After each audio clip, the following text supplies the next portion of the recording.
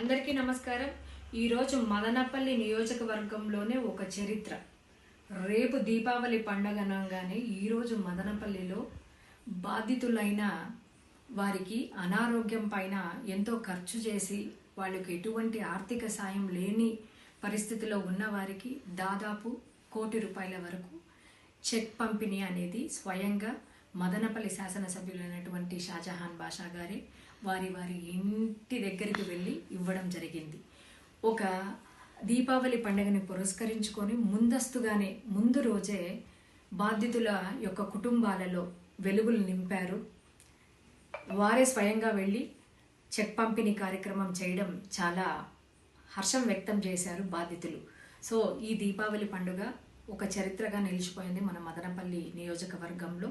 ₹1,00,00,000 check పంపిణీ అనేది చాలా చరిత్రాత్మకమైన విషయం కాబట్టి ఈ పండుగ అందరి జీవితాలలో మరొక్కసారి ప్రతి ఒక్కరికి దీపావళి శుభాకాంక్షలు తెలుపుకుంటూ అలానే వెళ్ళిన ప్రతి ఒక్క చోట ప్రశంసల వర్షం కురిపించారు బాధితుల యొక్క కుటుంబ సభ్యులైతేనేమి బాధ్యులైతేనేమి।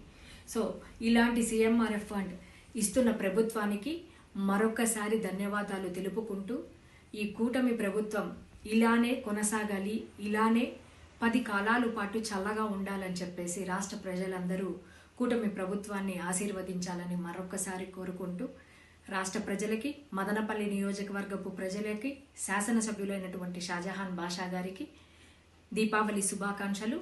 జై కూటమి, జై టీడీపీ, జై చంద్రబాబు నాయుడు గారు, జై షాజహాన్ బాషా గారు, జై హింద్। Thank you.